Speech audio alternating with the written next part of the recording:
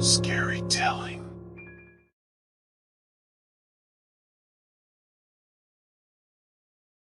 I had always been a writer of horror stories, but I never imagined that something like this would happen to me. It all started when I finished writing a particularly terrifying tale. I was exhausted and relieved to have finally typed the words, "The End." But then, something strange happened. As soon as I finished writing those words, my keyboard started typing on its own. I watched in shock as the letters appeared on my computer screen, spelling out the ominous message, "Is coming."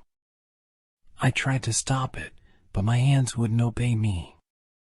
It was as if someone, or something, had taken control of my body.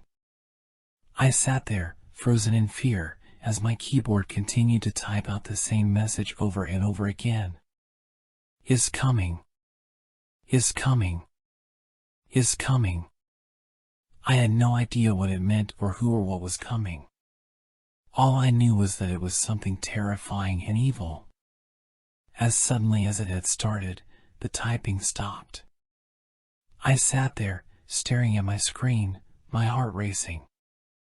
I tried to shake off the feeling of dread that was creeping up inside me, but it only grew stronger. I decided to take a break and went to bed, hoping that I could put the strange incident behind me. But that was only the beginning of my nightmare. That night, I had a nightmare that was so vivid, I woke up drenched in sweat. In my dream, I was standing in the middle of a dark forest, surrounded by mist. I could hear the sound of branches cracking and leaves rustling, as if something was coming towards me. I turned around and saw a figure in the distance, slowly walking towards me. As it got closer, I could see that it was a woman with long, flowing hair and a white dress. But there was something off about her. Her eyes were black and soulless, and her face was twisted into a grotesque expression. She reached out her hand, and I woke up with a start. I was relieved that it was only a dream, but as I lay there in the darkness, I couldn't shake off the feeling that something was watching me. The next day, I tried to distract myself by going for a walk in the park. But as I walked along the path, I felt a chill run down my spine. I looked around, but there was no one there. Suddenly, I heard a whisper in my ear. "Is coming." I turned around, but there was no one there. I started to run, but the whisper followed me. "Is coming. Is coming. Is coming." I ran all the way home, and when I got there, I locked the door and sat in front of my computer. I had to find out what was going on. I searched the internet for any information on his coming, but there was nothing that could explain what was happening to me. Just as I was about to give up, my screen flickered and a message appeared. "Do you want to know what is coming?" it read. I hesitated for a moment, but then I clicked on yes. The screen went black, and then a video started playing. It was a recording of a ritual.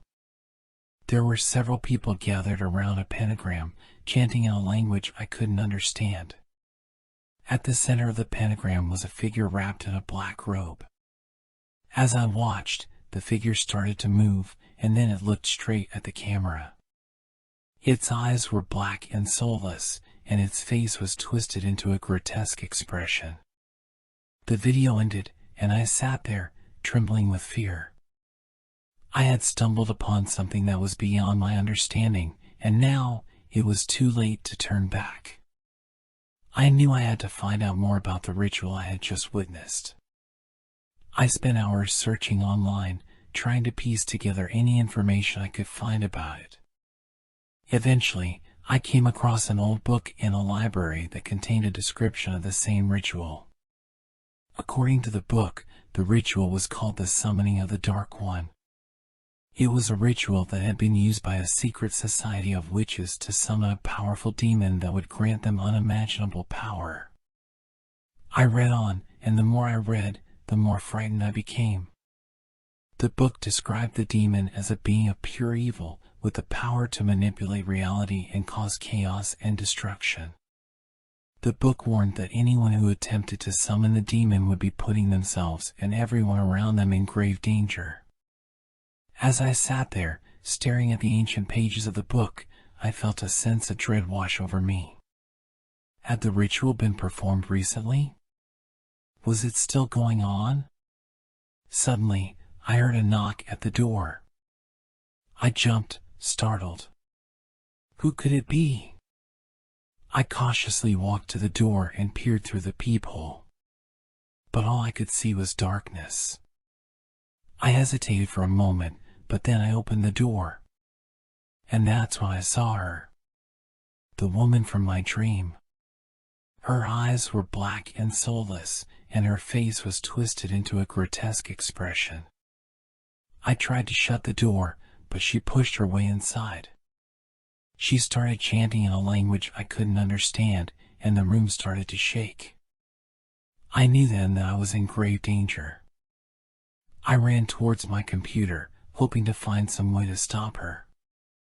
But it was too late. She had already summoned the demon. The room was filled with a blinding light, and I felt a presence enter the room. I couldn't see anything, but I knew that something was there.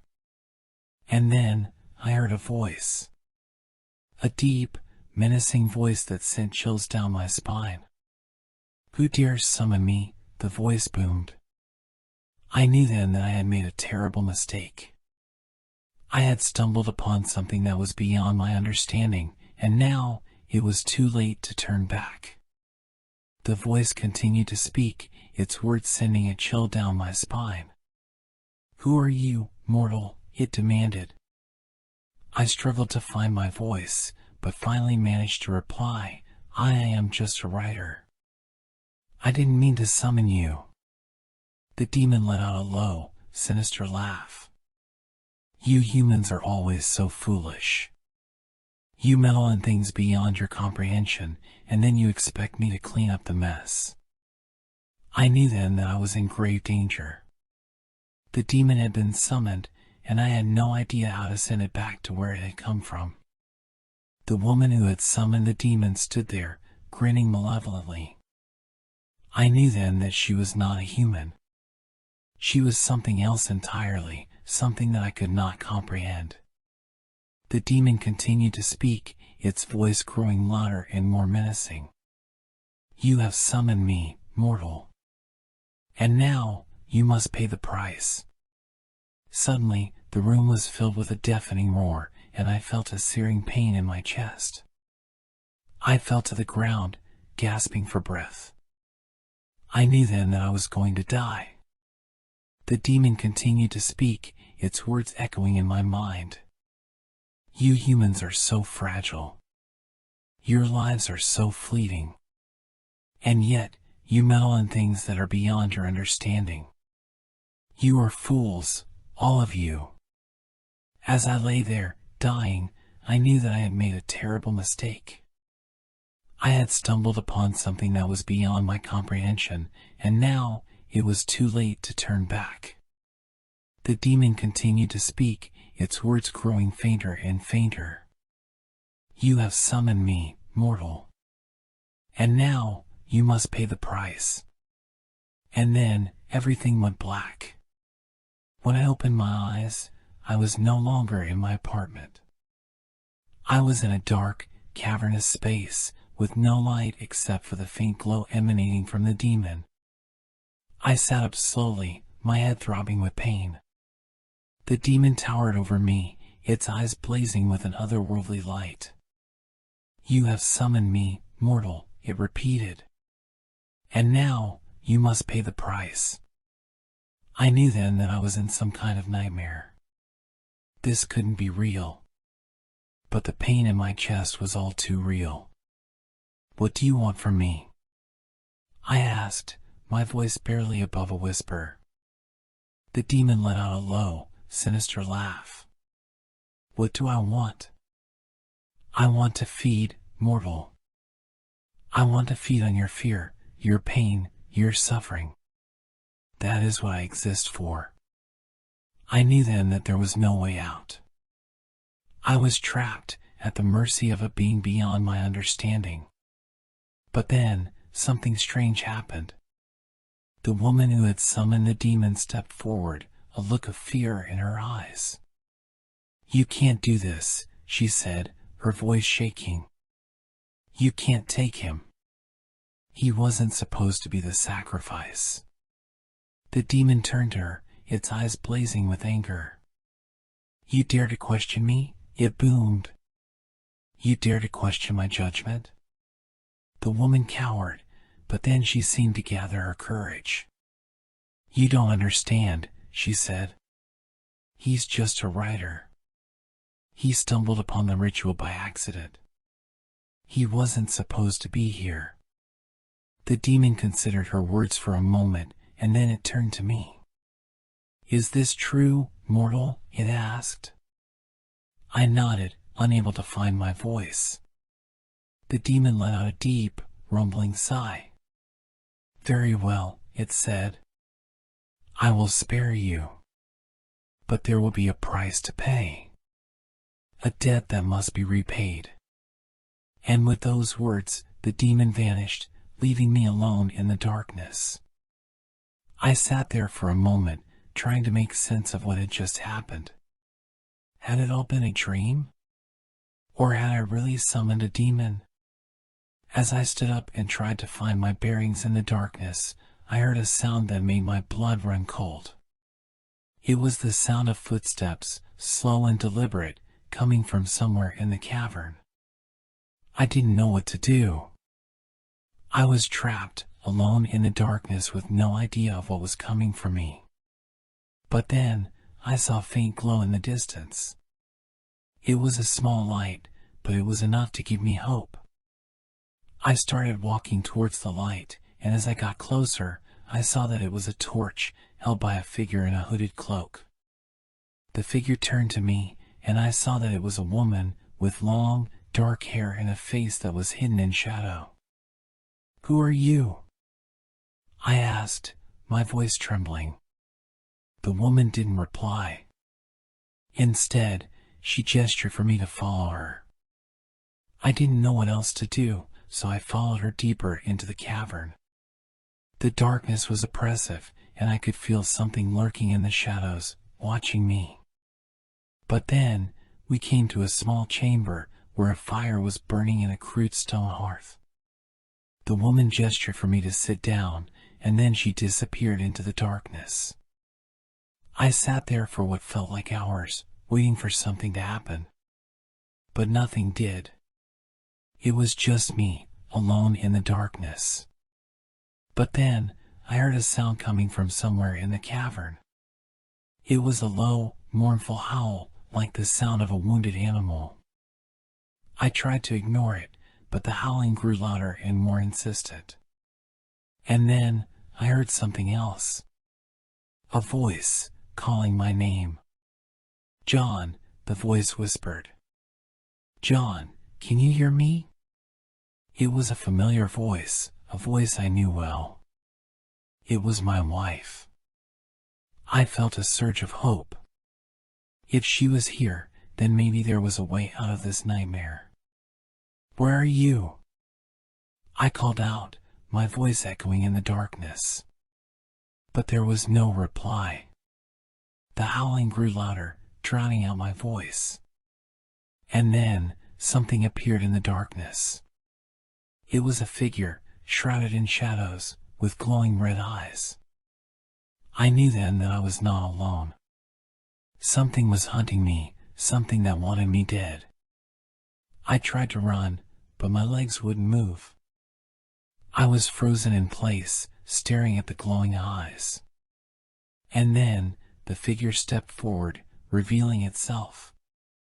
It was the demon, back to claim its debt. The demon was even more terrifying up close.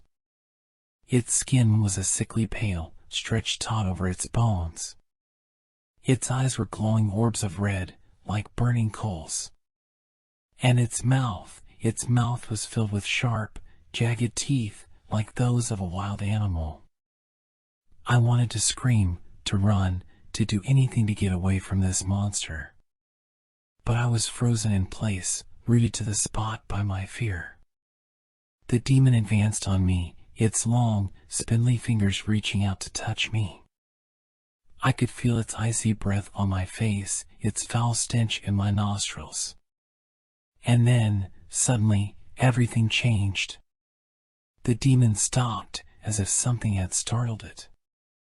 It turned its head to look behind it, and I saw a figure standing in the shadows. It was the hooded woman, the one who had led me to this place. She was holding a small object in her hand, something that was glowing with a soft, blue light. The demon snarled, baring its teeth, and lunged at the woman. But she was too quick for it. She held up the glowing object, and a beam of light shot out from it, striking the demon right in the chest. The demon let out a terrible scream, a sound that chilled me to the bone. It writhed and twisted, trying to escape the beam of light, but it was no use. Slowly, the demon began to shrink, to wither away, until it was nothing more than a pile of dust. The woman turned to me, and I saw that she was smiling. "You're safe now," she said. "But we have to hurry. We don't have much time." She led me out of the cavern, and we emerged into a forest. It was still dark, but I could see the first hints of dawn on the horizon. The woman handed me a small, black box. "Open it," she said. I did as she instructed, and inside the box, I saw a small, glowing crystal. "Take this," she said. "It will protect you." And then she was gone, disappearing into the darkness. I stumbled out of the forest, still in shock from everything that had happened. When I got back to my house, I collapsed onto my bed, exhausted. But as I closed my eyes, I heard a whisper in my ear. "I'm coming." And then everything went dark.